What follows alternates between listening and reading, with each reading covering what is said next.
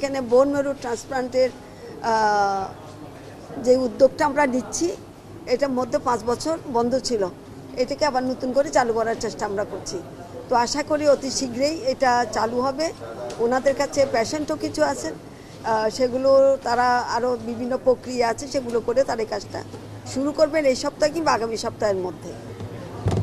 যতটুকু আমি জানতে পেরেছি বাংলাদেশে 10,000 পেশেন্ট আছে, কিন্তু আমরা সর্বসাকুল্যে এবছর মনে হয় 200 করতে পেরেছি।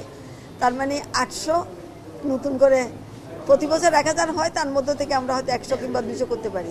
কাছে প্রতি বছরই রোগী জমা হতে আছে। তো আমরা এখন বর্তমানে কয়েকটা হাসপাতাল করে, ইউনাইটেড হাসপাতাল করে, এভার কেয়ার করে, সিএমএইচ করে, আর আমাদের বাংলাদেশ মেডিকেল কলেজে করবে ইনশাল্লাহ এখন থেকে। তো আমি আশা করব যে আমাদের সব কিছু সুন্দরভাবে হবে এবং ভালোভাবে আমরা রোগীদেরকে এই সার্ভিসটা দিতে পারবো। এটা খুব কস্টলি চিকিৎসা। সরকারের দিক থেকে আমরা একটা ফান্ড অ্যালোকেশন দিয়েছি।